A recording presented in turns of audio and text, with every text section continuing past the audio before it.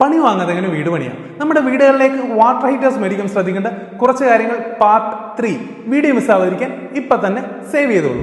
ഇതിന് മുന്നേ ഉള്ള വീഡിയോ നമ്മൾ പറഞ്ഞിരുന്നു എന്താണ് ഇൻസ്റ്റന്റ് വാട്ടർ ഹീറ്റർ എന്നും സ്റ്റോറേജ് വാട്ടർ ഹീറ്റർ എന്നും. ആ വീഡിയോ കണ്ടിട്ടില്ലാത്തവർ പ്രൊഫൈൽ പോയി വീഡിയോ ഒന്ന് കണ്ടുവെക്കുക. ഈ വീഡിയോയിൽ നമ്മൾ പറയുന്നത് എന്താണ് സോളാർ വാട്ടർ ഹീറ്റർ എന്ന്. പേര് സൂചിപ്പിക്കുന്ന പോലെ തന്നെ സൂര്യതാപം കൊണ്ട് വർക്ക് ചെയ്യുന്ന വാട്ടർ ഹീറ്റർ ആണ് സോളാർ വാട്ടർ ഹീറ്റർ. ഇത് നമ്മുടെ വീടിന്റെ മുകളിലാണ്, ടെറസിന്റെ മുകളിലാണ് വെക്കുന്നത്.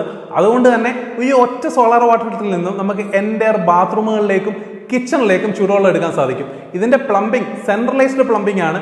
അത് നേരത്തെ പ്ലാൻ ചെയ്യണമെന്ന് മാത്രം. 100 ലിറ്ററിന് മുകളിലേക്കാണ് സാധാരണയായി സോളാർ വാട്ടർ ഹീറ്റർ ഉള്ളത്. നമുക്കൊരു 4 ബാത്റൂം അല്ലെങ്കിൽ 5 ബാത്റൂം വരെയുള്ള വീടുകൾക്ക് ഒരു 100 ലിറ്റർ സോളാർ വാട്ടർ ഹീറ്റർ മതിയാവും. ഇത്രയും പോയിന്റ്സിലേക്ക് ചൂടുവെള്ളം കിട്ടാൻ കറണ്ട് ചാർജ് 0. ഈ കാണുന്ന ഇവാക്യുവേറ്റഡ് ഗ്ലാസ് ട്യൂബ് വഴിയാണ് വെള്ളത്തെ ചൂടാക്കുന്നത്.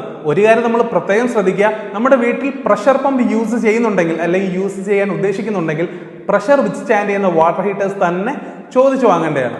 നല്ല മഴക്കാലത്ത്, അതായത് സൂര്യൻ തീരെ ഇല്ലാത്ത മഴക്കാലത്ത് ചൂടുവെള്ളം കിട്ടാൻ ഇതിനൊരു ബാക്കപ്പ് ഹീറ്ററിന്റെ ഒരു പ്രൊവിഷൻ കൂടി സോളാർ വാട്ടർ ഹീറ്റേഴ്സിന് വരുന്നുണ്ട്.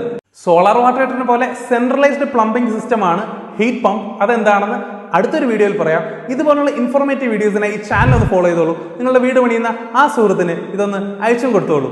അവരും പണി വാങ്ങാതിരിക്കട്ടെ.